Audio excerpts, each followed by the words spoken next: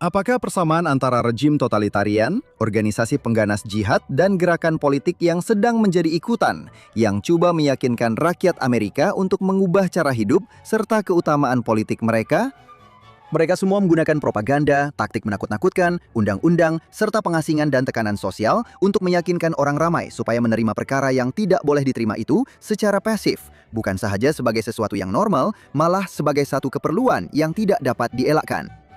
Otoritarianisme Soviet dan Cina, keganasan Islamis, serta indoktrinasi terhadap golongan muda Amerika untuk mempercayai fitnah darah terhadap rakyat Israel dan Yahudi, dan juga doktrin pembebasan Palestina, semuanya adalah hasil daripada taktik Orwellian yang bertujuan untuk mengubah orang yang berpendidikan dan rasional menjadi hamba yang taat kepada rejim jahat.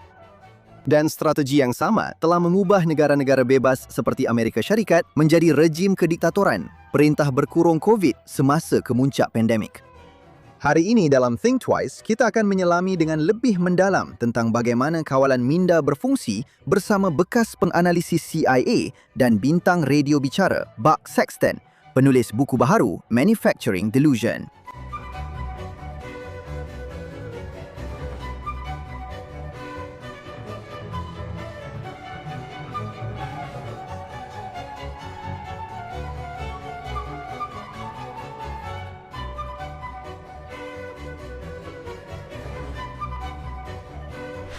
Hai dan selamat datang ke Think Twice.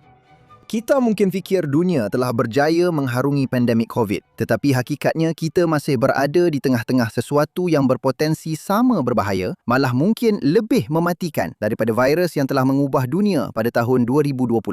Wabak minda yang telah menjadikan pelbagai perjuangan radikal sebagai senjata telah tersebar ke seluruh dunia, dan hasilnya ialah penyebaran keganasan Islamis serta ekstremisme alam sekitar. Proses yang sama mendorong kepercayaan terhadap ideologi jantina dan tanggapan pelik bahawa mewujudkan Palestin yang bebas serta menghapuskan satu-satunya negara Yahudi di dunia adalah penyelesaian ajaib untuk menghapuskan penindasan di dunia. Dan ia juga berjaya meyakinkan orang ramai bahawa mereka akan diselamatkan daripada kematian melalui perintah berkurung, pemakaian pelitup muka dan vaksin.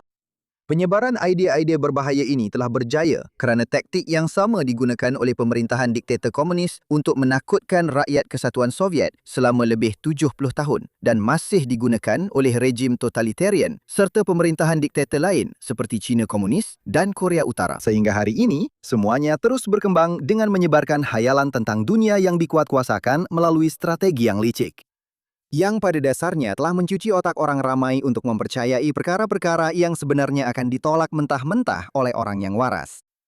Bagaimana perkara ini berlaku di negara-negara bebas maupun rejim otoritarian? Kami berbesar hati hari ini untuk bersama seseorang yang telah mengkaji isu ini secara mendalam dan telah menulis sebuah buku baru yang membincangkan bagaimana semuanya berfungsi. Buck Sexton, yang dikenali secara profesional sebagai Buck Sexton, ialah bekas pegawai CIA yang pernah berkhidmat di Pusat Anti-Keganasan agensi itu dan di Pejabat Analisis Iraq. Selepas itu, beliau bekerja di Jabatan Perisikan Jabatan Polis Bandaraya New York mengendalikan kes-kes berkaitan keganasan. Sejak itu, beliau memulakan kerjaya yang berjaya dalam bidang radio, di mana beliau menjadi hos rancangan Buck Sexton Show. Kemudian, pada tahun 2021, beliau bergabung dengan Clay Travis untuk menjadi hos rancangan Clay Travis and Buck Sexton Show yang menggantikan Rush Limbaugh di stesen radio bual bicara konservatif di seluruh negara. Mereka melancarkan semula program itu pada tahun 2025 di 550 stesen radio gabungan dan kini mengendalikan rangkaian podcast mereka sendiri. Beliau adalah penulis dua buah buku, iaitu Occupy American Spring: The Making of a Revolution pada tahun 2012 dan yang baru diterbitkan Manufacturing Delusion: How the Left Uses Brainwashing, Indoctrination and Propaganda Against You. Buck Sexton, selamat datang ke Think Twice. Terima kasih banyak kerana menjemput saya. Baiklah, Buck, terima kasih banyak kerana meluangkan masa untuk bersama kami hari ini. Saya ingin mulakan dengan bertanya, mengapa anda memilih untuk menulis buku ini pada waktu ini? Dan saya rasa sama pentingnya, mengapa anda memilih untuk menulis sesuatu yang bukan sahaja merupakan sejarah tentang taktik kawalan minda ala Orwell yang digunakan oleh rejim dan gerakan jahat, tetapi juga sebagai polemik tentang bagaimana perkara ini memberi kesan kepada perbincangan isu-isu kita hari ini. Sebenarnya, Jonathan, saya telah menunggu lama untuk menulis sebuah buku. Sebahagiannya kerana saya bertegas untuk benar-benar menulisnya sendiri. Yang saya suka sebutkan kerana saya rasa itu semakin menjadi, boleh saya katakan, satu seni yang semakin hilang. Dan ia memang penting. Dan saya adalah seseorang yang ingin melihat lebih ramai orang yang mencari rezeki dalam bidang ulasan dan kandungan menulis buku mereka sendiri. Jadi itu pendirian pertama saya tentang perkara itu. Bukannya menggunakan penulis bayangan atau orang lain untuk melakukannya bagi pihak mereka. Jadi, saya sebenarnya menulis buku itu sendiri. Ia mengambil masa yang agak lama, termasuk 6 bulan semakan oleh CIA, kerana saya adalah pegawai CIA dan saya mempunyai tanggung jawab seumur hidup apa sahaja yang berkaitan dengan pekerjaan saya di CIA. Saya perlu menyemaknya sebelum menerbitkannya. Jadi, apapun, maksud saya, idea di sebalik buku itu ialah orang ramai jadi tidak waras semasa COVID. Saya rasa itu memang jelas. Dan pada masa itu saya cuba memberitahu orang ramai bahawa banyak perkara gila sedang berlaku dan saya akan ditengking dan disenyapkan kerana idea dasar saya seperti, "Hey, jika anda muda dan sihat, teruskan sahaja hidup anda. Ini memang gila. Kita semua akan dapat penyakit ini juga." Dan anda tahu, orang kata saya seperti pembunuh nenek dan segala kegilaan lain. Tiada siapa pun yang pernah meminta maaf, by the way. Ya. Saya juga tidak pernah menerima sebarang permohonan maaf daripada mana-mana platform yang memberi saya amaran atau membuang saya dari platform, termasuk YouTube dan Facebook, serta PolitiFact yang menulis satu artikel penuh tentang bagaimana. Tapi ini bukan buku COVID, kan? Dan inilah yang sangat. Saya terpaksa beritahu penerbit saya tentang perkara ini. Dan harus dipuji, mereka nampak perkara ini.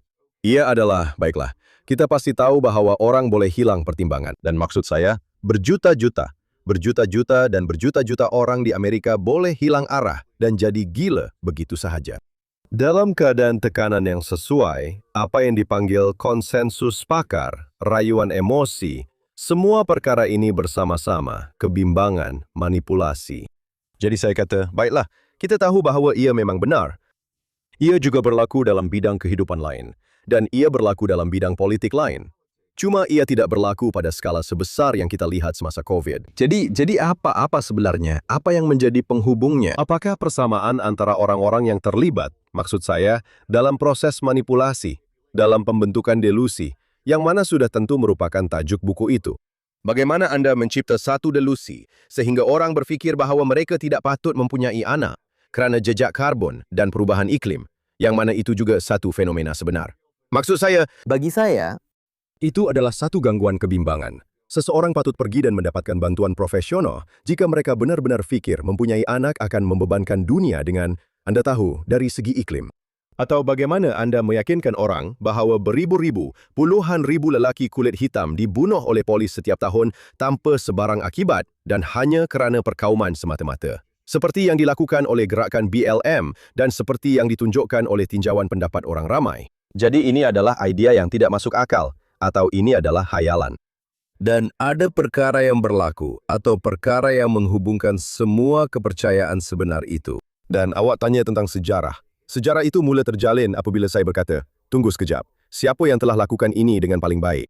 Di manakah mereka sebenarnya berada di peringkat profesional jika Anda mahu, yaitu tahap 1 dalam menghasilkan ilusi.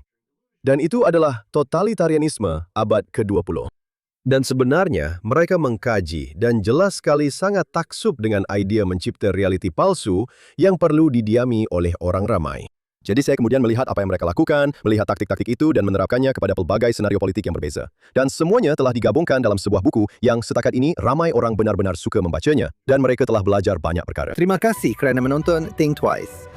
Sama ada anda mendengar kami di mana-mana platform podcast atau menonton kami secara langsung di Facebook atau X atau di saluran YouTube JNS, sila tekan suka dan atau langgan JNS, klik loceng untuk pemberitahuan dan berikan ulasan yang baik kepada kami.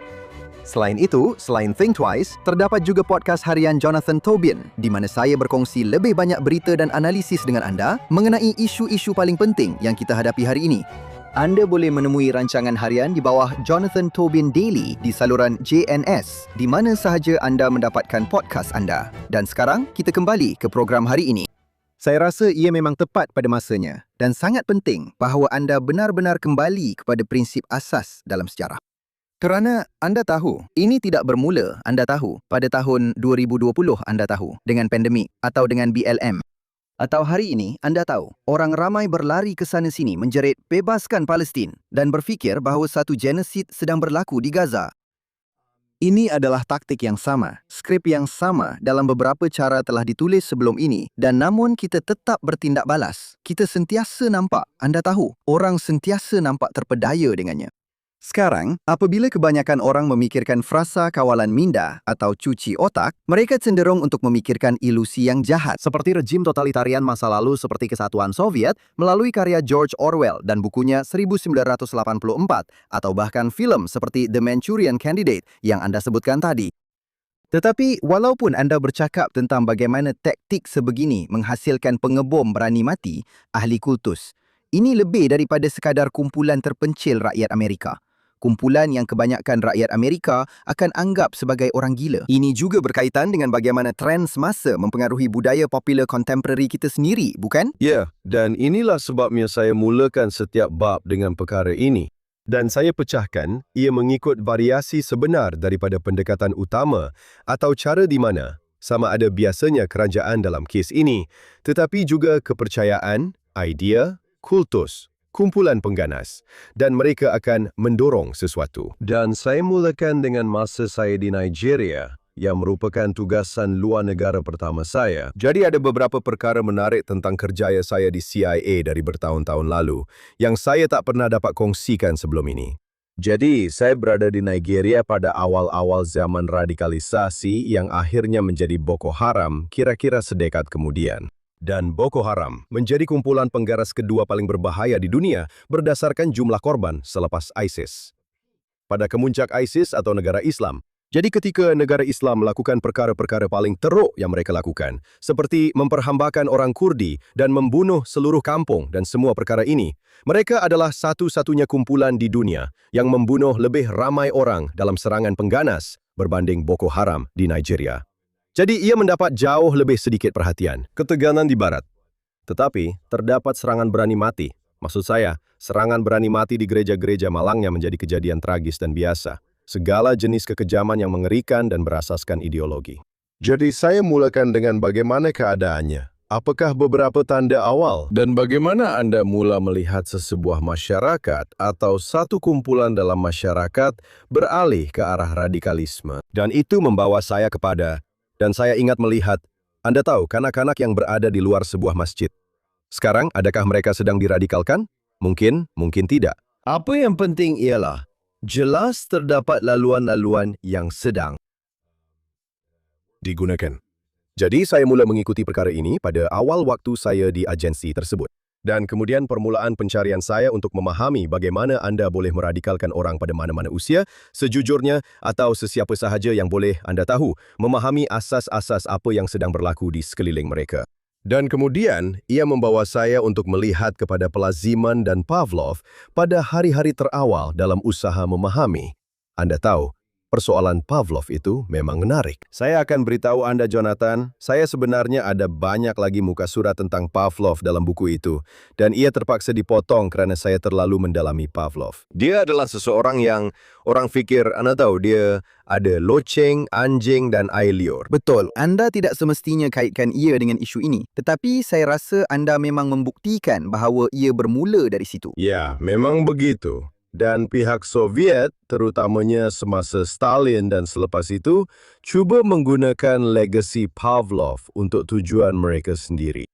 Pada dasarnya sebagai sumber pemikiran saintifik untuk keseluruhan manusia Soviet baharu, dan seluruh eksperimen masyarakat Soviet baharu yang berasaskan sains. Kerana beliau sememangnya saintis terhebat sebenarnya, yang mereka, sekurang-kurangnya dari segi reputasi, saya rasa pernah hasilkan. Beliau adalah penerima hadiah Nobel. Tetapi apa yang beliau temui ialah di mana, atau lebih tepat lagi, pencariannya adalah untuk memahami di mana otak dan badan benar-benar bertemu. Dan ia lebih daripada itu. Pertama sekali, seperti yang saya bincangkan dalam buku, ia adalah metronom atau buzzer. Ia sebenarnya bukan loceng, dan ia bukan tentang latihan. Beliau tidak pernah mengatakan beliau melatih anjing. Beliau menggunakan anjing sebagai subjek eksperimen. Anda tahu, sama seperti orang menguji pelbagai perkara ke atas haiwan, yang boleh menjadi sangat kontroversi. Dan sebenarnya, ujian beliau akan menjadi sangat kontroversi mengikut piawaian kita sendiri. Jadi, kalau Anda seorang pencinta anjing seperti saya, ada beberapa perkara yang sangat sukar untuk diterima tentang Makmal Pavlov. Tapi apapun, beliau cuba memahami di mana sebenarnya minda memberi kesan serta-merta kepada tubuh badan. Dan beliau juga cuba mencari cara untuk mencipta manusia yang lebih sempurna. Seperti yang beliau katakan, yaitu bagaimana kita boleh memastikan supaya tidak ada penyakit kongenital. Jadi beliau sebenarnya mempunyai cita-cita yang lebih besar dalam penyelidikannya. Tetapi apa yang membuatkan beliau terkenal ialah penyelidikan tentang rembesan gastrik yang beliau lakukan. Dan sebahagian daripadanya, Anda tahu, maksudnya asid perut, dan sebahagian daripada itu ialah, baiklah, jadi Anda boleh melihat sesuatu dan perut Anda tahu, Anda sebenarnya boleh mempunyai tindak balas fisiologi. Jadi, itu mula membuat orang tertanya-tanya sejauh mana perkara itu boleh berlaku dan sejauh mana ia boleh menjadi hampir seperti tindak balas yang berautomasi dalam diri Anda. Dan itu membawa saya kepada kisah Makmal yang banjir yang saya ceritakan dalam buku, yang sangat menarik bagi Pavlov dan pasukannya. Versi ringkas cerita itu, yang saya rasa orang patut dapatkan buku itu, walaupun ia agak ringkas juga dalam buku, ialah Makmal itu telah banjir di tempat yang kini dikenali sebagai Saint Petersburg, di mana Pavlov menjalankan penyelidikan dan anjing-anjing itu fikir mereka akan, Anda tahu, anjing-anjing itu adalah haiwan. Tetapi mereka sangat sedar tentang bahaya yang mereka hadapi. Mereka fikir mereka semua akan mati. Mereka fikir mereka semua akan lemas. Dan pembantu Makmalnya masuk ke situ pada saat-saat terakhir dan berjaya menyelamatkan anjing-anjing itu. Dan itu jelas merupakan pengakhiran yang menggembirakan. Apa yang menarik bagaimanapun, ialah terdapat perubahan personaliti yang besar pada beberapa ekor anjing. Dan sebahagian daripada pelaziman mereka yang mengambil masa bertahun-tahun untuk mendapatkan tindak balas tertentu terhadap rangsangan yang berbeza yang diberikan oleh Makmal Pavlov, hilang. Jadi, kini kita tahu trauma boleh mengubah semula pendawaian dalaman. Dan kita tahu, Anda tahu, kita kini lebih memahami tentang perkara ini. Dan kemudian orang akan bercakap tentang PTSD secara terbuka, sama ada dari peperangan atau dari situasi lain. Anda tahu, jika Anda terlibat dalam kemalangan kereta yang dahsyat, orang boleh mengalami PTSD daripada itu. Dan itu boleh menyebabkan tindak balas fisiologi yang sangat ekstrim. Jadi kemudian kita masuk kepada apa yang dicuba oleh rejim-rejim totalitarian secara agresif sepanjang katakanlah 50 atau 60 tahun berikutnya. Dan ia adalah, bolehkah kita cipta sebuah masyarakat di mana terdapat begitu banyak trauma yang direka dan begitu banyak kawalan sehingga kita juga boleh mengawal minda. Dan inilah yang benar-benar berlaku. Sama ada di China di bawah Mao, Kesatuan Soviet, Korea Utara. Dan saya bercakap tentang beberapa program tersebut. Ya, dan saya rasa ini juga sangat menarik bagi saya. Anda juga membincangkan bagaimana perkara ini berkait dengan apa yang kita panggil sindrom Stockholm. Dan apabila berkaitan dengan penerimaan pelbagai idea, nampaknya masyarakat secara keseluruhan telah menjadi tebusan kepada golongan ideolog dan totalitarian. Dan dalam buku anda menghuraikannya. Anda bercakap tentang menticide, pencucian otak, undang-undang yang dijadikan senjata, fobia yang ditanam secara paksa, pengasingan, pembinaan identiti dan propaganda sebagai cara pengawal minda beroperasi. Huraikan kepada kami bagaimana ini berfungsi. Bukan sahaja anda tahu dalam persekitaran terkawal di Kesatuan Soviet, di mana orang ramai takut dengan ketukan di pintu, tetapi juga dalam forum awam Amerika yang bebas, anda tahu, dan bukan hanya di sel penyaksaan 1984. Ya, betul. Maksud saya, itu juga adalah kunci utamanya, yaitu, walaupun saya suka menulis tentang sejarah perkara ini, saya mahu menjadikannya sangat relevan dengan masa kini. Jadi saya bercakap tentang situasi semasa tertentu. Jadi inilah, sekurang-kurangnya seni dalam tesis saya, atau dalam buku yang saya perlu benar-benar yakinkan kepada penerbit saya. Sebab mereka kata, tengok, awak tahu, awak kena jelaskan. Kalau awak nak bercakap tentang pencucian otak Maois, sebagai contoh, saya ambil itu sebagai contoh yang saya faham. Sebenarnya, keseluruhan sejarah pencucian otak, dari mana istilah itu datang, semuanya ada dalam buku itu. Orang ramai patut tahu, mereka sendiri tidak memanggilnya pencucian otak. Orang Amerika yang memanggilnya pencucian otak. Mereka memanggilnya pembaharuan pemikiran, yang sangat menarik kerana ia menunjukkan bahawa ia bukan sekadar tentang penghapusan. Satu istilah yang sangat Orwellian. Istilah yang sangat-sangat Orwellian. Ia juga tentang pembinaan semula apa yang anda fikirkan. Mereka mahu pergi lebih jauh daripada sekadar anda tahu. Anda boleh memaksa seseorang tunduk dan mengelirukan mereka dalam sel dan tiba-tiba mereka mula meracau tanpa makna. Komunis Cina mahu orang keluar dan lafazkan slogan wajib dengan penuh semangat. Jadi bagaimana anda lakukan itu kepada seseorang? Termasuk tahanan perang Amerika di Korea. Tepat sekali. Dan selain itu, orang kata, sudah tentu, Anda hanya acukan pistol ke kepala seseorang. Tidak. Sebahagian daripada tahanan ini, terutamanya yang berpaling tadah dalam konteks Perang Korea, rakyat Amerika yang mahu tinggal di sana selepas dijadikan alat propaganda. Dalam kajian penting Robert Lifton mengenai pencucian otak, orang yang bebas mendapati mereka akhirnya membebaskan diri. Dan dalam temu bual awal mereka tentang apa yang telah dilakukan kepada mereka dalam program pencucian otak China, dan ini adalah orang Barat, bukan orang Cina pun, mereka berkata, saya faham dan mereka sedang membina semula masyarakat. Dan anda tahu, saya boleh faham kenapa mereka mengalami sedikit apa yang kita panggil sindrom Stockholm. Indoktrinasi yang mereka terima itu begitu kuat dalam fikiran mereka, sehingga mengambil masa untuk mereka sedar bahawa mereka sebenarnya telah dianiaya dan dimusnahkan sepenuhnya. Tetapi jadi, satu bahagian penting dalam menghubungkan perkara-perkara ini, maksud saya akan beri satu contoh kerana saya ada sebut dalam buku itu. Dan kepada sesiapa sahaja, sekali lagi, saya harap semua penonton anda yang sangat bijak akan mendapatkan satu salinan untuk diri mereka sendiri. Tetapi seperti yang saya katakan dalam buku itu, maksud saya bukanlah kita semua sedang dimasukkan ke dalam kem pendidikan Maois. Maksud saya ialah otak berfungsi mengikut laluan tertentu, minda kita, emosi kita, betul? Ini lebih daripada sekadar neurotransmitter dan neurokimia. Ini berkaitan dengan bagaimana kita berfungsi sebagai manusia. Ada perkara tertentu yang kita semua inginkan, ada perkara tertentu yang kita semua takutkan. Dan ada cara bagaimana perkara-perkara ini boleh dieksploitasi untuk tujuan politik dan digunakan untuk menentang kita.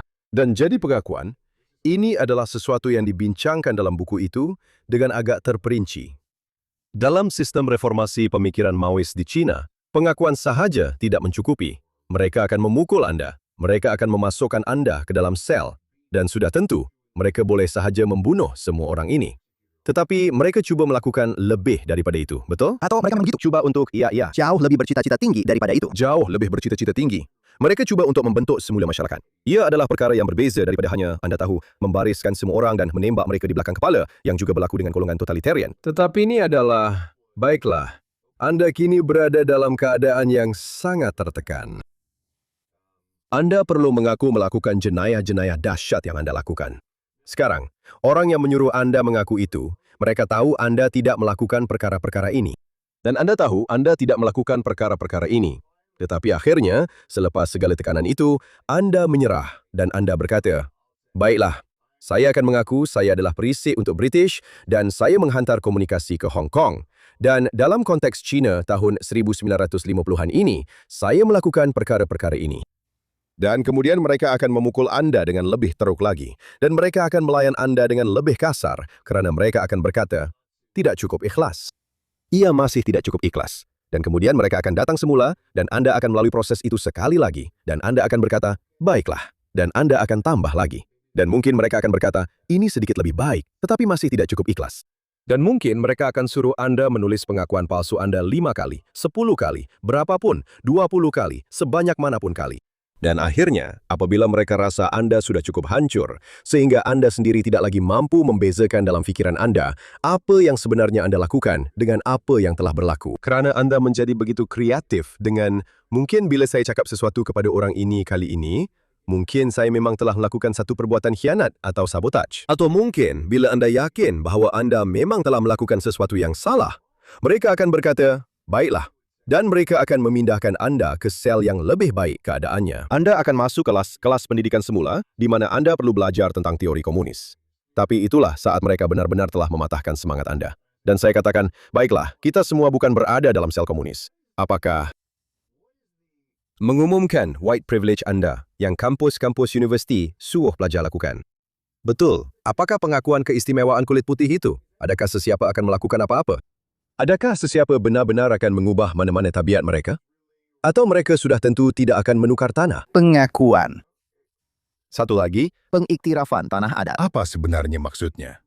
Ia adalah untuk melemahkan anda dengan rasa bersalah, supaya anda rasa anda berhutang sesuatu kepada orang di sekeliling anda. Mereka kemudiannya akan memberitahu anda bagaimana anda patut rasa tentang perkara lain, supaya anda boleh menebusnya, supaya anda boleh jadi orang yang baik. Tapi ia juga satu bentuk tunduk. Ia bermaksud, saya terpaksa akur kepada apa sahaja perkara mengarut yang anda mahu saya akur. Dan kemudian saya masuk ke topik menticid dan transgenderisme.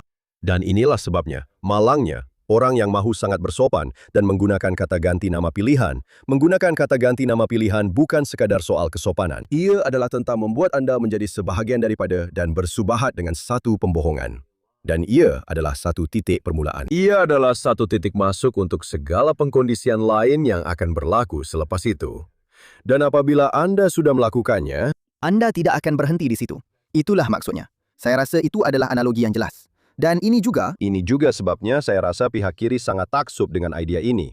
Yang jelas mereka begitu, walaupun tinjauan pendapat umum menunjukkan sebaliknya. Anda akan tahu bahwa ada beberapa bidang, perubahan iklim adalah salah satunya, mereka agak mengurangkan perkara ini sedikit. Dan maksud saya perubahan iklim yang bersifat apokaliptik, orang yang tak mahu ada anak, atau yang Anda tahu, benar-benar mengalami keresahan dan tak boleh tidur malam kerana perubahan iklim. Yang mana kalau ada orang fikir itu tak berlaku, saya nak beritahu. New York Times menulis tentang perkara ini secara terbuka dan mereka tulis untuk pembaca mereka sendiri.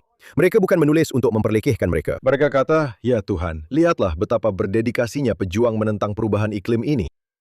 Tapi anda tahu, saya rasa bila anda lihat pada pelbagai jalan yang orang lalui, yang mereka pilih untuk diikuti, terdapat begitu banyak gema politik. Malangnya, hari ini, inilah yang sedang berlaku.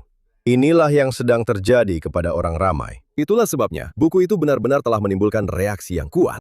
Jika mereka boleh membuat anda berkata, kembali kepada isu transgender, jika mereka boleh membuat anda berkata bahawa Zakar ialah Faraj, apa lagi yang mereka tidak boleh buat anda katakan?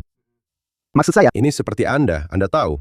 Anda masih kecil dan anda tahu, ini lelaki, ini perempuan, ini budak lelaki, ini budak perempuan. Jika mereka boleh buat anda ubah pengiktirafan asas terhadap realiti itu, inilah komponen menticid, iaitu pembunuhan minda anda. Maka anda sebenarnya telah mencederakan keupayaan anda sendiri untuk berfikir dan menilai, dan anda sudah pun terdedah kepada apa sahaja bentuk pemangsaan psikologi lain yang mereka rancang untuk anda. Ya, Jadi, saya rasa itu sangat penting kerana apabila anda melakukannya, jika anda adalah Winston Smith dalam sel penyiksaan dalam 1984, anda mengakui bahawa 2 tambah 2 sama dengan 5 dan anda mencintai Big Brother. Dan kemudian anda tahu, mereka boleh membuat anda berkata apa sahaja. saya ada sebut, anda tahu, 1984 maksud saya. 1984 karya Orwell adalah, pada pendapat saya, salah satu buku yang paling penting dan antara buku paling penting yang pernah ditulis dalam mana-mana bahasa pada abad ke-20. Dan ia adalah salah satu buku yang saya rasa orang patut baca beberapa kali dalam tempoh masa tertentu. Ia berbaloi untuk dibaca semula dan difahami. Namun, perkara yang saya ambil daripada buku itu untuk buku ini khususnya ialah, jika anda ingin tahu bila benar-benar berlaku sesuatu seperti menticid atau bila mereka benar-benar telah menguasainya, ingat, mereka akan melonggarkan kawalan dan membiarkan dia pergi. Apabila dia akhirnya berpaling tadah terhadap orang yang dia cintai dan berkata, ambil dia. Anda tahu, mereka meletakkan sangkar berisi tikus itu dan dia berkata, ambil dia sebagai ganti. Dia pengkhianat. Dia pengkhianat. Dan ia adalah tentang meruntuhkan. Disinilah ia sampai ke tahap haiwan manusia. Meruntuhkan diri anda akan perasan. Rejim totalitarian, mereka sentiasa mahu mewujudkan masyarakat pemberi maklumat, masyarakat di mana ibu bapa tidak selamat daripada anak-anak mereka melaporkan tentang mereka dan sebaliknya. Saya terlupa namanya, tapi sudah tentu ada kisah apokrif tentang Morozov kecil atau apa sahaja namanya. Ya, di Kesatuan Soviet. Budak lelaki di Kesatuan Soviet yang melaporkan keluarganya sendiri, melaporkan ibu bapanya sendiri. Maksud saya, tapi inilah. Apakah ada gambaran yang lebih baik tentang masyarakat yang telah dicuci otak dan mengalami mentosit daripada itu? Dan saya akan kata, baiklah, semua, kita tidak tinggal di Kesatuan Soviet. Berapa ramai orang, jika anda dengar terutamanya, maksud saya, dan lihat, saya akan beritahu anda, dan ini adalah perkara yang lain sama sekali. Orang ramai telah bertanya kepada saya ketika saya menulis buku ini, dan saya mungkin akan menyentuh satu topik yang tidak semestinya semua orang mahu saya sentuh. Ketika saya menulis buku ini, ada beberapa perkara yang sedang berlaku sekarang di pihak kanan dalam politik. Beberapa perbualan, boleh kita katakan, yang belum bermula. Buku ini sekarang Anda tahu, ia mengambil masa. Seperti yang Anda tahu, ia memang mengambil masa. Anda perlu menerbitkan, Anda perlu melalui proses semakan. Anda perlu lakukan semua perkara ini. Dan kemudian anda perlu melalui semakan CIA. Saya pun kena semak juga. Jadi saya ada semua perkara ini. Tetapi sekarang, ada beberapa khayalan yang direka-reka di pihak kanan. Dan saya tidak takut untuk mengatakan itu. Saya tidak, maksud saya Anda tahu, keseluruhan tujuan buku ini adalah Anda mesti bercakap benar. Maksud saya, ada khayalan konspirasi yang Anda tahu sangat. Sebahagian daripadanya melibatkan Epstein, Israel, atau Charlie Kirk. Atau Anda tahu, ada banyak perkara di luar sana di mana orang hanya mengatakan perkara yang tidak masuk akal. Tetapi berjuta-juta orang nampaknya mempercayainya. Dan itu satu masalah. Itu sesuatu yang... Anda tahu, kita juga. Jadi, tapi saya mahu jelaskan. Inilah sebabnya saya mula beritahu orang. Saya macam, apa yang ada dalam buku itu, sejarah dan taktik serta analisis terasnya, boleh digunakan lebih daripada sekadar paradigma kiri dan kanan. Cuma, saya benar-benar percaya bahawa pihak kiri mempunyai masalah yang jauh lebih teruk dengan perkara ini secara keseluruhan berbanding pihak kanan. Dan ia jauh lebih menjadi teras kepada mereka. Saya rasa ia masih di pinggiran bagi pihak kanan. Saya rasa ia adalah teras kepada politik Demokrat pada masa kini. Parti Demokrat atau Demokratik. Terutamanya, dan kita telah melihat banyak perkara itu dalam beberapa minggu kebelakangan ini. Ya, betul. Ya. Ya, memang betul. Tetapi, dan ini bukan satu kebetulan, Anda tahu bahawa banyak propaganda yang orang ramai ulang-ulang, Anda tahu, sebenarnya asalnya ditulis pada tahun 1960-an dan 70-an oleh propagandis Soviet. Apabila berkaitan dengan antisemitisme di Israel. Maksud saya, itu hanya satu contoh. Ya, baik. Sekarang saya. Dan mereka mengejar perkara yang sama. Maksud saya, perkara yang sama. Saya bercakap tentang laluan dan pendekatan psikologi dalam hal ini. Tetapi iri hati dan dendam adalah sangat berkuasa dalam politik manusia dan sentiasa begitu. Dan cerita yang boleh mengaitkan perkara-perkara itu bersama-sama. Dan konspirasi. By the way, orang faham tentang kesatuan Soviet, sama ada Cuba atau Cina Komunis atau Korea Utara, pemikiran konspirasi. Sekarang, saya tidak menulis tentang perkara ini dalam buku itu, tetapi ini juga sebahagian daripada penyelidikan saya. Ada banyak perkara. Ini Anda tahu, setiap kali Anda menulis sesuatu dan Anda sukakannya, sentiasa ada perkara yang Anda mahu masukkan, tetapi Anda tahu, mereka mahu pastikan ia ringkas. Maksud saya, ini memang sepatutnya begitu. Ia sebuah buku yang nipis, tetapi ia membuka ruang untuk melihat banyak isu lain. Tepat sekali. Tetapi jumlah pemikiran konspirasi yang turut diamalkan oleh rejim-rejim itu secara dalaman dan luaran. Dan contoh terbaik untuk ini ialah, dan ini benar-benar masih relevan hingga ke hari ini. Sesiapa sahaja yang akan menunjukkan sebelum Maduro berakhir di penjara persekutuan, tetapi sesiapa sahaja yang berkata orang bodoh ini telah memusnahkan Venezuela, mereka adalah boneka imperialis Yankee. Mereka bekerja untuk CIA. Mereka, Anda tahu, mereka bersama dengan beberapa orang. Dan malangnya ini sangat berkuasa kerana minda manusia akan cepat terpengaruh dengan teori konspirasi dan tidak mahu melepaskannya kerana tiada siapa yang mahu rasa diri mereka sedang diperbodohkan. Jadi, apabila mereka sudah bersetuju dengannya, sangat sukar untuk membuat mereka menarik balik persetujuan itu. Ia sedikit seperti pemikiran kultus. Maksud saya, perkara yang sama juga. Orang selalu bertanya, kenapa begitu sukar untuk menyadarkan seseorang dalam kultus? Lihat, jika Anda katakan intipati utamanya ialah mereka diasingkan, yang merupakan salah satu taktik dalam buku itu sangat penting. Dan Anda boleh diasingkan dalam konteks kultus daripada ahli keluarga, rakan-rakan, dan perkara-perkara yang memberi Anda konteks dalam hidup Anda. Tetapi Anda juga boleh diasingkan. Seperti yang dikatakan oleh Hannah Arendt tentang rejim Nazi. Anda boleh diasingkan sebagai individu yang teratomisasi, bermaksud Anda yakin bahawa walaupun Anda sentiasa dikelilingi oleh orang ramai, Anda tetap terpisah daripada mereka. Anda tiada hubungan dengan mereka. Dan sebenarnya ada sesuatu yang jahat tentang mereka atau orang lain di sekeliling Anda. Tetapi pengasingan, sebagai contoh, menjadikan sangat sukar untuk seseorang memutuskan beberapa hubungan dan ikatan itu, atau sebaliknya, untuk membina semula beberapa hubungan dan ikatan yang telah terputus itu. Dan juga orang ramai tidak suka mengakui bahawa mereka telah melakukan kesilapan. Itu adalah sifat manusia yang sangat asas. Tetapi ia sangat berkuasa dalam konteks propaganda dan pencucian minda. Ya, sangat penting. Begitu banyak aspek menarik tentang perkara ini. Dan saya ingin membincangkan bagaimana taktik-taktik ini menghasilkan Islamis yang patuh serta mereka yang menyokong mereka. Tetapi pertama sekali, mari kita beralih kepada sesuatu yang anda sudah sebutkan tadi. Dan saya rasa semua penonton kita ingat dan alami, iaitu pandemik COVID. Dan anda tahu, ia berlaku secara langsung anda tahu, ketika kita semua sedang menyaksikan dan seluruh dunia bebas telah dicuci otak.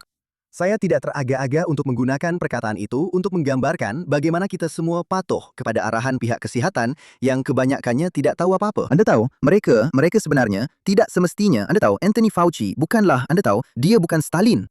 Tetapi untuk tempoh 2 tahun semasa pandemik COVID, anda tahu, berdasarkan apa yang dikatakan kepada kita sebagai sains. Tetapi ternyata, sebenarnya ia langsung bukan begitu. Orang melakukan pelbagai perkara gila dan memulaukan satu sama lain, serta melaporkan antara satu sama lain. Maksud saya, kita semua melihat ini secara langsung di pasar raya dan di tempat lain.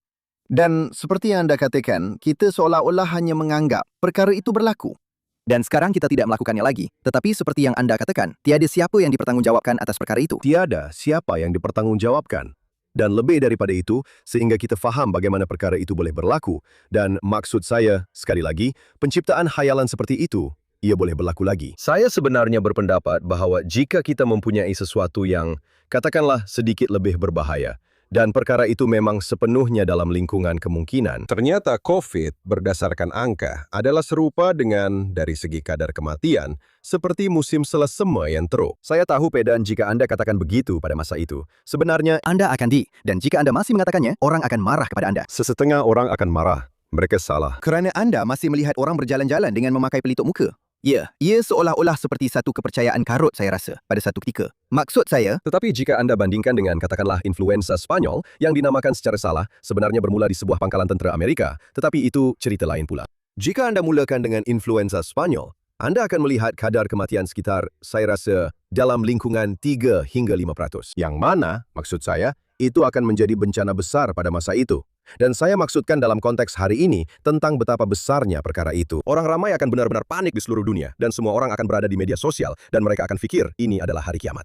Jika perkara seperti itu berlaku, patutkah kita percaya bahawa kita kini lebih tahan terhadap kebodohan yang pernah menimpa kita semua? Maksud saya, Anda tahu, saya pernah bergurau tentang perkara ini kerana saya buat radio semasa pandemik. Dan saya, Anda tahu, berjam-jam setiap hari dan semuanya. Dan saya akan bergurau bahawa perkara yang paling hampir dengan menjadi seperti pengawal penjara Stalinis sebagai seorang rakyat Amerika adalah apabila terpaksa berurusan dengan pramugari semasa pandemik COVID, apabila Anda perlu memakai pelitup muka ini. Semuanya hanyalah satu alasan sewenang-wenangnya. Anda tahu, ia hanyalah alasan sewenang-wenang untuk menggunakan kuasa yang langsung tidak ada gunanya. Dan mereka semua sepatutnya tahu perkara itu. Dan kalau mereka tak tahu, mereka memang bodoh. Dan saya ingat saya pernah diberitahu bahawa saya tidak memakai pelitup muka dengan cukup cepat antara setiap suapan. Jadi beginilah, sains tidak boleh bersifat sewenang-wenangnya. Dan orang akan tanya saya bagaimana? Maksudnya ia mesti berasaskan perkara yang boleh diulang, betul? Itulah sebenarnya intinya. Jadi beginilah, Anda tahu, Anda ambil set masalah A, saya ambil set masalah B. Kita buat perkara yang sama. Kita sepatutnya mendapat keputusan yang serupa. Jika kita tidak dapat keputusan yang sama atau jika keputusannya sangat berbeza, ada sesuatu yang tidak kena. Dan dengan pemakaian pelitup muka, orang akan kata kepada saya, Anda tahu, ia lebih baik daripada tiada apa-apa, semua perkara ini. Saya kata, bagaimana Anda tahu? Ini tidak masuk akal.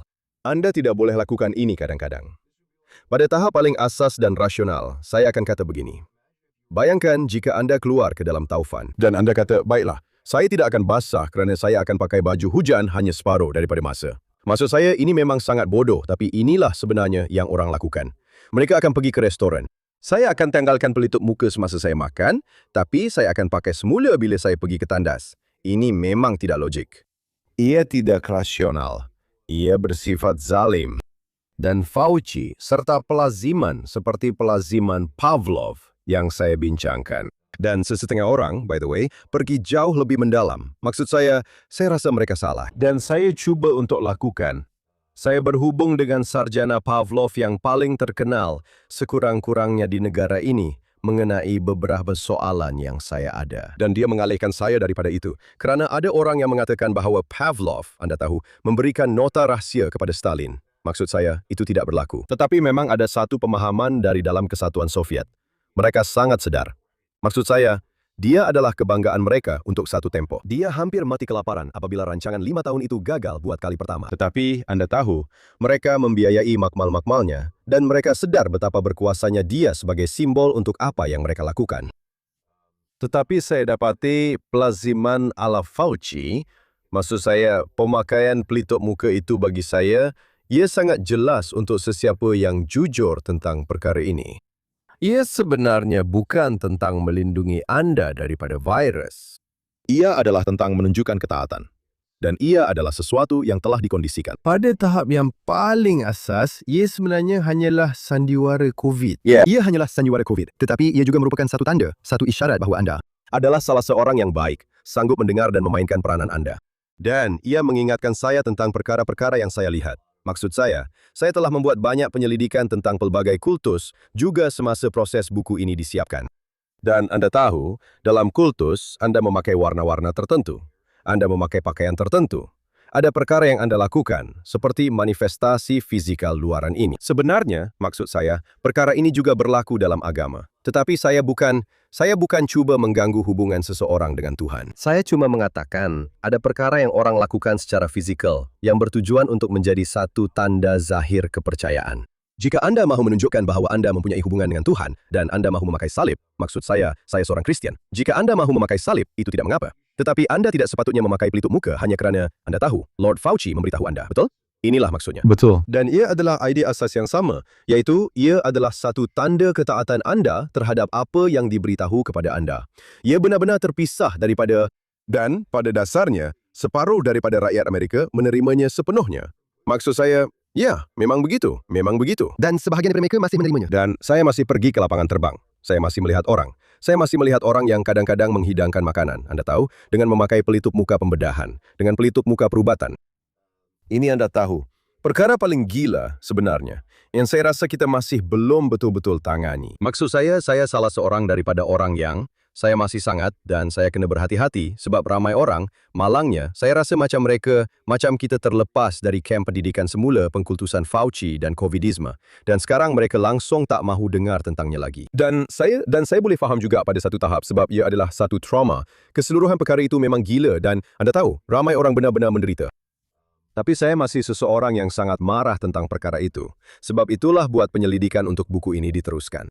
Saya rasa tokoh awam kebanyakannya masih pengecut tentang perkara ini, masih tak mahu bercakap tentang apa yang sebenarnya berlaku. Saya rasa orang ramai sebenarnya tidak jujur tentang kegagalan itu. Pentadbiran Biden memang 10 daripada 10 teruk. Dan segala yang mereka lakukan, sama ada mandat vaksin, penutupan sekolah yang berterusan dan semua perkara ini memang teruk. Trump cuba melawan sebahagian daripada perkara ini, tetapi dia juga boleh melakukan kerja yang lebih baik. Ya. Dia juga menjadi mangsa dalam beberapa cara. Dia juga menjadi mangsa kepada perkara itu. Dan saya rasa kita hanya perlu jujur tentang perkara itu. Itu berlaku lebih awal. Mereka sentiasa melompat-lompat. Maksud saya, lihat sahaja penutupan pada awalnya. Dalam 60 hari pertama, kita sebenarnya tidak tahu apa yang kita tahu. Dan apabila berdepan dengan sains, seperti yang saya katakan, sepatutnya menambah data sambil berjalan dan menjalankan eksperimen. Boleh dikatakan begitu.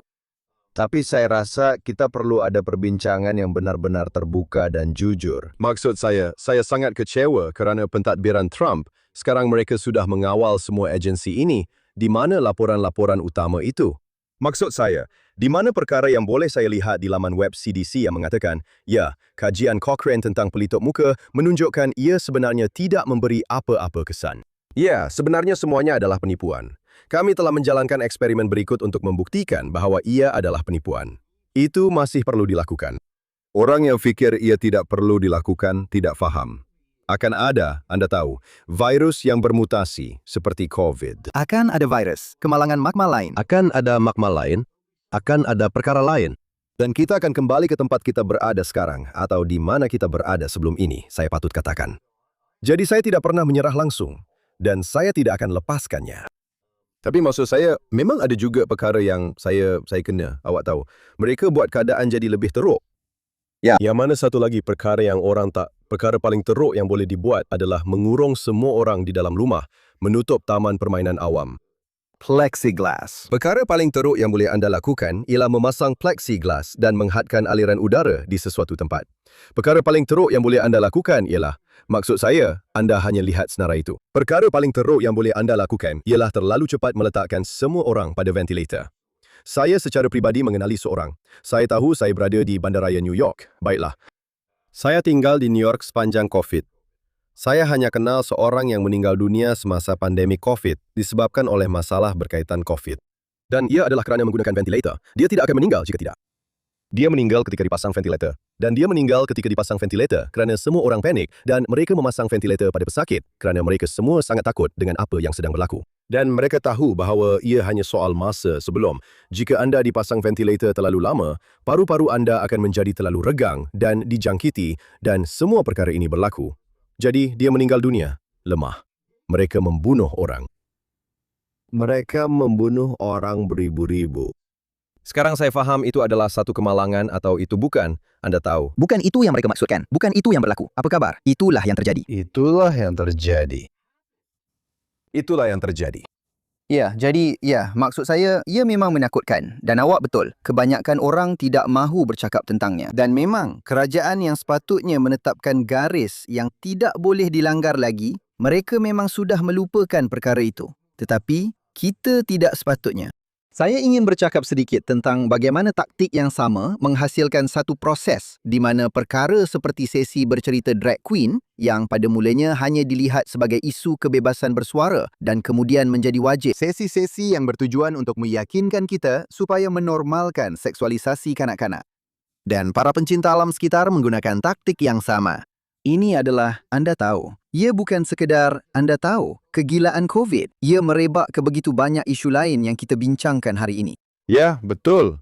Usaha, saya rasa, untuk membawa orang ke dalam hal ini. Dan salah satu perkara yang mengerikan tentang, Anda tahu, menticide dan transgenderisme adalah dua perkara yang menjadi satu bab dalam buku itu. Dan menticide jelas sekali adalah pembunuhan minda. Joost Meerlo, yang merupakan seorang pakar psikiatri, seorang Belanda, seorang pakar psikiatri Yahudi Belanda semasa Perang Dunia Kedua, yang melarikan diri daripada Nazi, sebenarnya telah dipenjarakan seketika. Beliau berjaya melarikan diri ke UK, di mana beliau menjadi sebahagian daripada tentera Belanda dalam buangan dan bekerjasama dengan pihak British menentang Nazi. Jadi beliau menyoal siasat anggota kanan SS atau pegawai kanan SS. Jadi beliau mempunyai, Anda tahu, pengalaman secara langsung dan rapat dengan bagaimana mereka menjalankan propaganda mereka. Jadi beliau ialah seorang pakar psikiatri yang duduk bersama penjahat paling kejam. Dan beliau ingin tahu, dan beliau menulis sebuah buku, atau sebenarnya banyak buku, tetapi salah satunya, Rape of the Mind, yang merupakan sebuah buku penting dalam penyelidikan saya. Dan salah satu perkara yang beliau ingin tahu ialah, bagaimana Anda boleh seperti orang Jerman, rakyat Jerman, bukan hanya ahli SS, sudah tentu, bukan barisan hadapan rejim pembunuhan beramai-ramai Hitler. Bagaimana Anda membuat orang setiap hari menjadi sedikit apatik, sedikit terlibat, sedikit sahaja. Dan itu ia juga sangat menarik. Dan Anda mahu mendapatkan sebanyak mungkin pembabitan dalam kesalahan itu daripada seramai mungkin orang. Kerana tiada siapa yang mahu berfikir bahawa mereka adalah sebahagian daripada perkara yang buruk. Dan sesiapa yang walaupun sedikit terlibat dalam sesuatu perkara akan lebih cenderung untuk mempertahankannya. Dan inilah sebabnya sebagai contoh, saya telah menunjukkan bahawa sesiapa yang telah melakukan apa-apa sahaja berkaitan spektrum teori jantina kepada anak-anak mereka, Anda akan menghadapi masa yang sangat sukar. Tidak kira apapun data sebenar yang ditunjukkan, tidak kira apapun hasilnya, untuk meyakinkan mereka bahawa mereka telah mencederakan anak mereka sendiri tanpa boleh diperbaiki. Anda tahu, mereka akan mahu percaya bahawa mereka telah melakukan sesuatu. Anda tahu, mereka mendengar nasihat doktor dan mereka melakukannya. Dan sekarang, Anda tahu, Anda sedang mewujudkan kelompok delusi yang lebih besar, jika Anda mahu, yang akan berpegang pada khayalan itu untuk masa yang lama. Tetapi ia sebenarnya boleh jadi jauh lebih kecil daripada itu. Dan disitulah saya rasa Drag Queen Story Hour berada. Kalau nak guna istilah yang paling hampir, ia seperti semacam pintu masuk ke dunia keterlibatan dalam transgenderisme. Kerana orang datang dan mereka diberitahu. Ini adalah Anda tahu, perpustakaan tempatan saya yang menaja acara ini. Dan ini mesti perkara yang baik. Ini tentang penerimaan. Apa yang mereka tidak katakan ialah bahawa perkara ini sudah diketahui oleh orang ramai. Maksud saya, DSM sekarang, malangnya, psikiatri adalah bidang perubatan yang paling kiri sekali dari segi kecenderungan politik. Itu memang sudah lama berlaku dan memang diketahui umum. Jadi mereka terus mengubah perkara dalam DSM untuk memenuhi keperluan politik semasa. Bukan berdasarkan sebarang kemajuan saintifik sebenar, tetapi hanya itu agak sukar. Lebih baik kita ubah yang itu. Dan salah satu perkara yang mereka tidak akan bincangkan. Tetapi saya rasa Jordan Peterson yang sangat berani, contohnya, telah bercakap dengan agak terbuka, ialah autogynefilia, saya rasa.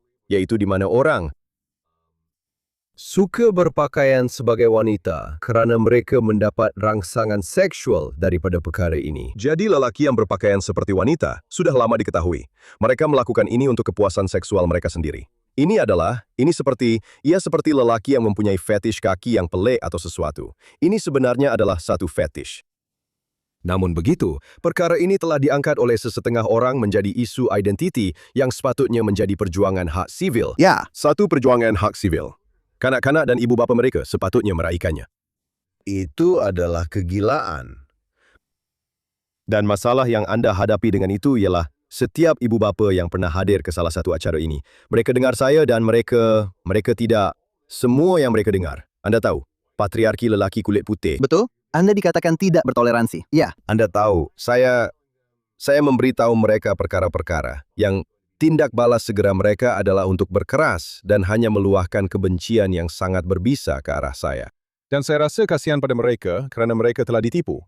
Maksud saya, mereka telah mengalami pembunuhan minda pada satu tahap. Mereka telah menjadi sebahagian daripada sesuatu yang mana-mana ibu bapa sepatutnya tahu secara naluri adalah benar-benar. Maksud saya, ia sangat tidak sesuai kalau nak cakap secara lembut. Tetapi sekali lagi, pihak kiri mendorong perkara-perkara ini kerana ia adalah satu cara, anda tahu, untuk mewujudkan dominasi psikologi ke atas orang ramai. Kerana anda telah membuat mereka bersubahat dalam sesuatu yang merendahkan sebahagian daripada tanggungjawab teras dan pemahaman asas mereka tentang dunia di sekeliling mereka. ya. Dan saya sangat percaya dengan itu. Cuma sedikit beralih. Anda tahu, tumpuan kita. Banyak perdebatan awam kita tentang isu-isu dalam dan luar negara bergantung kepada keupayaan golongan progresif untuk menguasai institusi pendidikan dan budaya untuk mendoktrinkan generasi rakyat Amerika supaya mempercayai doktrin berbahaya seperti teori kaum kritikal, interseksionaliti, kolonialisme peneroka, dan pihak kiri politik menggambarkan pemaksaan kepercayaan-kepercayaan ini ke atas negara sebagai satu penyemakan semula sejarah yang kononnya perlu. Tetapi meyakinkan rakyat Amerika untuk membenci negara mereka dan menerima fahaman anti-perkauman bukanlah sekurang-kurangnya dari segi taktik yang digunakan untuk mempromosikannya begitu berbeza daripada apa yang telah kita bincangkan, termasuk juga fahaman jihadisme. Semuanya berkisar pada taktik yang sama, bukan? Dan memang betul. Maksud saya, satu perkara, dan berdasarkan latar belakang saya, orang bertanya kepada saya, Anda tahu, kenapa Anda menulis buku ini? Dan saya kata, saya adalah seorang pegawai CIA di pusat anti keganasan yang bekerja menentang pengganas jihad, termasuk di lapangan di Irak, Afghanistan, dan Nigeria. Saya membaca komunikasi mereka. Saya mendengar, Anda tahu, saya membaca dan mendengar rancangan mereka, menyasarkan mereka sebagai sel-sel yang berasingan. Jadi Anda tahu, adakah kerja terlibat dalam apa yang kami panggil GWOT, yaitu Perang Global Terhadap Keganasan, yang sebenarnya hanyalah satu istilah umum. Istilah umum untuk operasi ketenteraan terhadap kultus mau jihad, yang malangnya telah merebak ke seluruh dunia.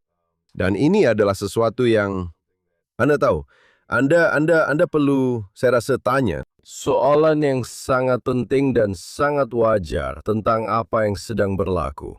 Bagaimana mungkin orang dari, katakanlah, seseorang yang membesar di Birmingham di United Kingdom akan menonton video dalam talian? Sama ada ia adalah Anwar al-Awlaki atau hanya semacam lebih umum, Anda tahu, saya propaganda Al-Qaeda. Mereka akan menonton video dalam talian dan kemudian mereka akan berkata, saya akan pergi ke Syria dan saya akan menjadi pengebom bunuh diri. Saya akan meletupkan diri saya dan saya akan membunuh orang yang tidak bersalah. Dan Anda tahu, itu adalah perkara yang sangat radikal, kan? Ini adalah sesuatu yang sangat mendalam dari segi psikologi dan bukannya berlaku sekali sahaja. Anda tahu, orang kata, bagaimana pula dengan penembak di sekolah? Dan perkara itu berlaku di Amerika, tetapi kita juga ada penembak di sekolah di tempat lain. Tetapi Anda akan kata, dalam kes itu, Anda bercakap tentang seseorang yang sejenis profil psikologi yang khusus, biasanya seseorang yang sangat tidak berpuas hati dan selalunya mempunyai ciri-ciri psikopat. Maksud saya, itu biasanya lebih berkait rapat dengan penyakit mental, pencucian otak seperti yang saya maksudkan, atau Anda boleh panggil ia sebagai radikalisasi. Itulah istilah yang biasanya digunakan dalam kalangan jihadis, betul? Laluan radikalisasi, sesuatu yang saya kaji selama bertahun-tahun. Itu adalah satu fenomena yang melibatkan orang yang pada zahirnya kelihatan sangat normal. Dan Anda tahu, saya sekarang ini, saya banyak terlibat dalam perkara-perkara yang agak panas secara dalam talian dengan orang ramai. Kerana Anda tahu Jonathan, saya boleh beritahu Anda, saya telah dipanggil Yahudi sangat kerap dalam setahun kebelakangan ini. Dan kemudian pelbagai kata-kata lain yang biasanya adalah kata-kata hinaan. Disebabkan pendirian saya tentang Israel dan perjuangan mereka dengan Hamas.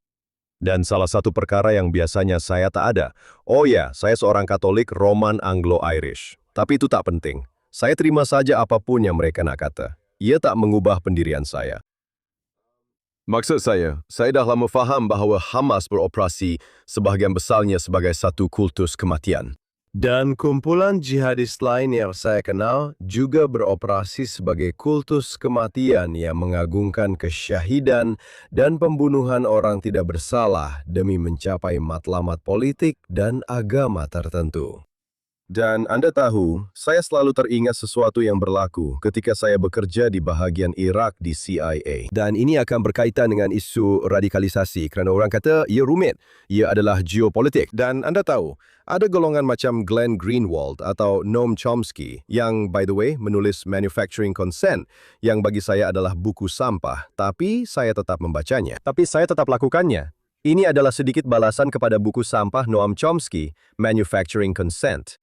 Tapi maksud saya, orang-orang ini yang pada dasarnya melepaskan jihadisme dari semua kesalahan. Kononnya, ia bukan benar-benar Islam. Ia bukan salah mereka. Ia sentiasa sebagai tindak balas kepada sesuatu. Mereka sentiasa, ada orang yang memaksa mereka, ada orang yang buat mereka lakukan. Sebenarnya, itu adalah tindak balas klasik seorang narsisistik dan psikopat. Kau yang buat aku lakukannya. Faham tak? Kau yang buat aku tikam kau dari belakang di dapur. Aku tiada pilihan, betul tak? Maksud saya, inilah yang selalu berlaku. Kau yang buat aku lakukannya. Ia tidak pernah ada sesuatu yang salah dengan pendekatan atau pemikiran aku. Dan kau tahu, bila kau melihat kultus jihadis, maaf, begini ceritanya. Saya sedang bertugas di unit Irak. Dan saya percaya bahawa bandar itu, saya beritahu orang tentang ini. Saya kata, apa itu? Selepas 11 September dan 7 Oktober, apakah serangan pengganas paling dahsyat, kehilangan nyawa terbanyak dalam satu hari pada abad ke-21 katakanlah. Betul? Jelas sekali. 11 September yang paling teruk. 7 Oktober yang kedua paling teruk. Apakah yang ketiga? Saya tanya orang dan hampir tiada siapa yang dapat jawab. Hampir tiada siapa yang dapat jawab kerana ini bukan sesuatu yang orang fikirkan sangat. Tapi saya bertugas di unit Irak ketika ia berlaku. Dan saya sebenarnya pernah berada di bahagian Irak ini dan tahu di mana tempat ini. Dan pernah ke kawasan ini. Dan ia adalah satu pengeboman yang berlaku di sebuah bandar Yazidi. Saya rasa ia berlaku pada tahun 2006 di Catania, yang terletak di barat laut Irak. Dan Al-Qaeda memutuskan untuk meletakkan lori jongket yang syarat dengan bahan letupan. Pada dasarnya, di sebuah kampung yang langsung tidak dipertahankan di tengah padang pasir, yang tiada sebarang kepentingan ketenteraan atau strategik sama sekali. Sekarang tiada pasukan gabungan untuk diserang di situ. Memang tiada. Ini sebenarnya seperti di pinggiran, di tepi sekali. Dan saya rasa mereka akhirnya membunuh, saya tak ingat sama ada 600 atau 700 orang. Maksud saya, tapi jumlah kematian di situ memang sangat besar, sangat ramai untuk apa yang berlaku di sana. Dan saya juga ingat, katakanlah perbualan dan kalangan jihadis pada masa itu, sebab saya berada di agensi dan saya ingat, saya boleh mengikuti perkara ini dengan lebih dekat berbanding, boleh dikatakan, di New York Times atau Wall Street Journal. Dan sebabnya ialah mereka hanya mahu membunuh seramai mungkin daripada mereka. Ya. Hanya mahu membunuh seramai mungkin. Ia adalah pembunuhan semata-mata untuk membunuh kerana ia akan membantu menakut-nakutkan orang lain. Tepat sekali. Tetapi ia hanyalah satu pilihan kejahatan yang tulen dan mutlak. Tiada nilai ketenteraan. Mereka bukan ancaman kepada mereka. Mereka memang bukan. Mereka cuma, kami tak suka mereka. Dan kami akan pergi. Jadi mereka lakukan ini kerana ia adalah entiti jihadis. Ia adalah Al-Qaeda di Irak. Al-Qaeda di Irak, yang sememangnya telah berpecah daripada Al-Qaeda asal. Jadi ini sentiasa mengelirukan orang ramai. Tapi Anda tahu, ia di bawah pimpinan Zarqawi. Dan salah satu sebabnya sebenarnya ialah kerana Zarqawi begitu dahagakan darah terhadap sesama Muslim pun, sehingga Al-Qaeda sendiri seperti, Anda tahu, kita akan mula kehilangan sedikit sokongan dari pihak sendiri di sini, kawan. Tetapi ya, mereka hanya mahu membunuh seramai mungkin orang yang boleh. Dan mereka sangat gembira dengan perbuatan itu. Dan Anda dapat lihat perkara yang sama pada 7 Oktober juga. Dan Anda juga dapat lihat perkara itu pada 11 September. Dan ini adalah nyata, dan ini memang wujud. Dan tiada, Anda tahu, tiada video rakyat Israel atau Amerika menari di jalanan kerana wanita dan kanak-kanak telah dirogol, disembelih dan dibunuh dalam jumlah yang besar. Ia tidak wujud kerana perkara itu tidak pernah berlaku. Jadi saya rasa itu sangat penting untuk difahami dalam keseluruhan proses ini juga, yaitu bagaimana orang boleh diprogramkan sehingga percaya kepada satu khayalan. Bahawa kemanusiaan asas mereka digantikan dengan sesuatu yang kejam dan sadis dan meraihkan pembunuhan manusia lain tanpa sebab. Dan apabila anda memahami cara yang digunakan, saya rasa anda mempunyai peluang yang lebih baik untuk cuba mengelakkan perkara-perkara ini atau sekurang-kurangnya cuba menarik orang keluar daripada perkara-perkara ini pada masa hadapan. Ya, saya ingin mendalami sedikit tentang perkara itu. Seperti yang Anda katakan, rejim totalitarian seperti Nazi dan Soviet menggunakan penciptaan ilusi untuk melaksanakan dan mengesahkan pembunuhan beramai-ramai.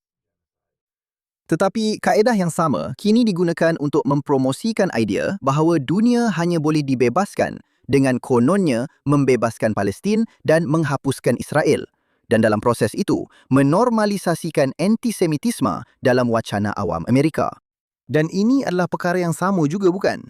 Ya, memang betul. Dan ia sangat membimbangkan bahawa perkara ini sudah mula mendapat tempat. Walaupun di pihak kanan, anda tahu, pada sesetengah orang, sekurang-kurangnya secara nominal. Atau saya rasa ia sukar. Anda tahu, orang juga berubah. Orang menukar afiliasi politik mereka apabila saya rasa mereka semakin mendalami perkara ini. Tetapi idea bahawa keseluruhan usaha hak asasi manusia, pertubuhan bangsa-bangsa bersatu, telah sebahagian besarnya hanya satu kecaman besar terhadap negara Israel selama saya hidup. Dan jumlah kemarahan yang ada pada orang di negara ini terhadap, bukan yang sekarang, maksud saya golongan radikal kampus yang semuanya tentang, anda tahu, divest. Dan mereka kata ini apartheid. Semua perkara biasa.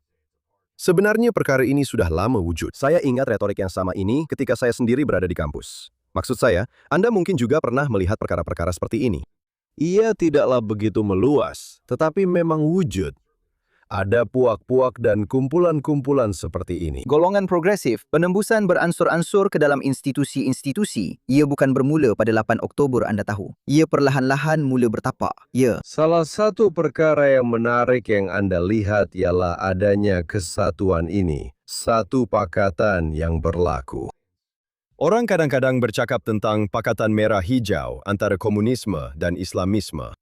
Tetapi sebenarnya, ia hanyalah satu pakatan antara ideologi-ideologi berbeza yang semuanya mempunyai beberapa perkara, pada pendapat saya, anda tahu, yang sama. Satu, kekurangan accountability dan objectivity yang tidak berasaskan sejarah terhadap pihak sendiri, yang kemudian membenarkan tindak balas paling radikal dan meluas dari pihak mereka. Kerana anda tidak boleh mewujudkan sebarang perspektif atau perkadaran. Semua itu perlu dihapuskan atau ia hanya digantikan dengan naratif palsu. Dan inilah bagaimana anda mendapat orang yang entah bagaimana berada di kampus yang sama. Radikal yang sangat menyokong Cuba dan Venezuela. Juga sangat menyokong Iran. Juga, anda tahu, mendapati diri mereka sehaluan dengan, anda tahu, semua kumpulan yang dianggap bergaya sangat berhaluan kiri, sama ada Antifa atau yang lain-lain, anda tahu, yang ini. Apapun ya, semua kumpulan ini yang bersatu, mereka akan bekerja sama. Dan anda tanya, apa persamaan mereka? Dan ia benar-benar terasa seperti mereka sedang menendang dinding galas beban tamadun barat. Maksud saya, ia terasa seperti satu keinginan untuk meruntuhkan semuanya, jika anda faham maksud saya. Ini adalah versi mereka seperti Lori Tipper Bikatania di tengah-tengah padang pasir Irak. Bakar semuanya, letupkan semuanya. Dan saya rasa malangnya itu adalah sesuatu yang kita perlu akui wujud. Maksud saya, ada orang yang memang matlamat mereka adalah untuk membakar semuanya supaya mereka boleh cipta sesuatu yang sempurna. Sebenarnya saya tak percaya pun mana-mana daripada mereka benar-benar fikir mereka boleh cipta sesuatu yang sempurna sebenarnya. Saya rasa mereka hanya perlu memberitahu diri sendiri begitu kerana, kalau tidak, mereka terpaksa melihat cermin dan mengakui yang mereka sebenarnya hanya mahu membakar semuanya. Ya, dan kalau anda mahu membakar tamadun barat, akhirnya anda pasti akan bermula dengan orang Yahudi. Ya, sudah tentu. Begitulah caranya. Ya, jadi memang banyak perkara seperti itu berlaku. Dan ya, maksud saya, pada dasarnya, semua orang, ia memang menarik. Semua orang yang saya rasa sedang mempromosikan pelbagai ilusi yang direka ini untuk tujuan politik mereka sendiri. Juga, sudah pasti, apapun isunya, Anda tahu. Jika saya tahu pendapat mereka tentang BLM, saya juga tahu pendapat mereka tentang Israel. Kenapa begitu? Dan apa yang mereka pikirkan tentang Amerika? Dan apa yang mereka pikirkan tentang Amerika? Baiklah, ini Anda tahu, kita sedang berbual sejurus selepas ulang tahun ke-250 itu. Maksud saya, ia memang sampai tak masuk akal betapa Anda sanggup meraihkan dan hanya bersyukur. Atau sekurang-kurangnya sanggup mengakui apa yang Amerika dan tamadun barat kita, yang kita pasti menjadi penerajunya, telah capai. Iya memang, iya jelas. Semakin kiri kepercayaan Anda, semakin Anda memperlekehkan semua ini, menganggapnya mengarut, Anda tahu, malah tidak mahu FIFA mengembalikan pemain bola sepak Amerika ke dalam permainan. Maksud saya, iya, Ya tetap begitu, walaupun Anda tidak peduli tentang bola sepak. walaupun Anda tidak peduli tentang bola sepak, asalkan dapat menyakitkan hati Pakcik Sam, apa-apa sahaja yang boleh Anda salahkan kepada orang Yahudi, apa-apa sahaja yang berkaitan, Anda tahu. Semua perkara ini, semuanya berkait rapat. Dan ia pada dasarnya, apabila kita kata ia bersifat ideologi, tetapi saya rasa ia juga bersifat psikologi. Dan saya rasa ia juga itulah mesej buku Anda. Itulah mesej buku itu. Tidak, itulah dia. Soalan terakhir saya untuk Anda, Bak. Dan Anda telah sangat bermurah hati dengan masa Anda. Tetapi saya ingin menyentuhnya kerana Anda mengakhiri buku Anda dengan hal itu. Dan itu, Dois, adalah AI. Saya rasa kebanyakan orang melihat AI dengan gabungan minat dan ketakutan terhadap perkara yang tidak diketahui. Tetapi bagaimana teknologi baru ini sesuai dengan pemikiran mereka yang bertujuan untuk membisukan penentangan dan mengawal minda demi membentuk dunia progresif yang mereka bayangkan. Walaupun, seperti yang Anda katakan, mereka sebenarnya tidak benar-benar mempercayai kedua-duanya. Iya. Saya rasa ia agak lucu kerana saya mulakan ini dengan Pavlov dan pengiktirafan asas tentang rangsangan luar yang menyebabkan tindak balas fisiologi secara refleks, betul? Ia bukan sekedar saya melihat sesuatu dan kemudian saya memilih untuk bertindak balas dengan cara tertentu. Maksudnya, saya nampak benda itu dan saya mula, Anda tahu, saya nampak beruang di dalam hutan. Ketiak saya mula berpeluh dan Anda tahu, adrenalin saya mula meningkat, betul? Maksud saya, inilah di mana hubungan antara otak dan badan memainkan peranan. Apa yang menarik sekarang, ialah pemahaman kita hari ini jauh lebih luas. Tetapi Pavlov, semasa dia mengemukakan semua ini, tidak tahu apa-apa tentang DNA. Anda tahu, dia tidak tahu tentang helix berganda, tidak ada komputer. Tidak, Anda tahu, ia seperti permulaan, Anda tahu. Antibiotik sedang muncul. Maksud saya, ini adalah seperti peringkat yang sangat awal. Maksud saya, penyelidikan Pavlov yang paling menarik adalah, baiklah, maksud saya, beliau mendapat hadiah Nobel pada awal abad ke-20, awal 1900-an. Tetapi maksud saya, 1920-an, 1930-an, kita baru saja memasuki kemajuan saintifik besar abad ke-20. Beliau benar-benar mendahului semua kemajuan itu. Dan sekarang Anda bercakap tentang penghujung buku itu. Kita berada pada satu tahap di mana, dan by the way, saya pikir apa? Elon Musk? Saya menyebut salah satu syarikat beliau, yaitu Anda tahu, Neuralink, yang sedang mengkaji laluan neurokimia sebenar dalam otak dan cuba mencari cara untuk benar-benar membolehkan orang buta melihat dan membolehkan orang yang telah kehilangan, Anda tahu, orang yang lumpuh, membolehkan mereka menggunakan anggota badan mereka semula. Maksud saya, ini akan menjadi sesuatu yang ajaib dari segi sains, tetapi ia juga menimbulkan beberapa persoalan yang sangat menarik. Karena semakin besar pemahaman kita tentang minda, berapa dekat lagi kita dengan implan neural, di mana Anda sebenarnya boleh mewajibkan kepatuhan. Dan juga sejauh mana, jadi itu satu bahagiannya. Sekarang itu sedikit lebih spekulatif. Dan saya faham, salah satu perkara hebat tentang Pavlov by the way, ialah dia berkata, walaupun dengan anjing, pelaziman sentiasa berbeza-beza. Dan inilah yang saya selalu beritahu orang. Inilah bahagian baik dalam semua ini. Walaupun dengan protokol saintifik yang paling ketat untuk memastikan anjing bertindak balas dengan cara tertentu, ada anjing yang tetap berdegil. Ada anjing yang sentiasa gembira tidak kira apapun. Ada anjing yang marah. Anda tahu, manusia juga berbeza. Cara otak kita berfungsi berbeza-beza. Dan kita mempunyai tahap pertahanan yang berbeza terhadap perkara-perkara ini. Dan manusia sudah tentu, beliau sedar akan menjadi jauh lebih rumit berbanding anjing. Jadi, saya rasa itu sesuatu yang memberi semangat dalam semua ini, kan? Maksudnya, kita semua memang berbeza, dan Anda tahu, kita semua adalah individu yang unik. Tetapi di sisi lain pula, akan wujud pemalsuan bukti dan pembentukan persepsi. Itu boleh datang daripada realiti buatan AI. Yang mana akan berlaku, kita sudah pun melihat sebahagiannya dan sudah ada perbincangan tentang deep fake, cheap fake dan semua perkara ini. Ia akan menjadi semakin canggih. Dan seperti yang saya katakan kepada orang ramai, tidak semua orang perlu percaya perkara-perkara ini. Anda hanya perlu membuat cukup ramai orang percaya perkara-perkara ini untuk tujuan Anda sendiri. Dan kadang-kadang, hanya dengan mewujudkan satu ruang keraguan pun, sudah cukup untuk membolehkan orang menjadi sebahagian daripada khayalan itu. Atau menjadi sebahagian daripada konspirasi atau apa sahaja. Saya nampak itu dalam talian. Saya tak pasti sama ada ia benar, tapi kita perlu buat lebih banyak siasatan. Anda tahu, perkara itu belum selesai lagi dan ia mewujudkan banyak cabaran untuk orang yang mahu hidup bukan atas dasar pembohongan seperti yang dikatakan oleh Solzhenitsyn. Dan saya rasa itulah inti utama seluruh buku dan segala yang saya lakukan. Setiap kali seseorang cuba memaksa Anda untuk berbohong, mendorong Anda untuk berbohong, membuat Anda berbohong, itu adalah satu masalah. Itu satu perkara yang baik untuk diakhiri. Kita perlu percaya pada kemanusiaan kita dan mempertahankan kejujuran dan kebenaran. Bak, terima kasih banyak kerana bersama kami hari ini. Bagaimana penonton dan pendengar kami boleh mengikuti kerja anda dan mendapatkan salinan Manufacturing Delusion?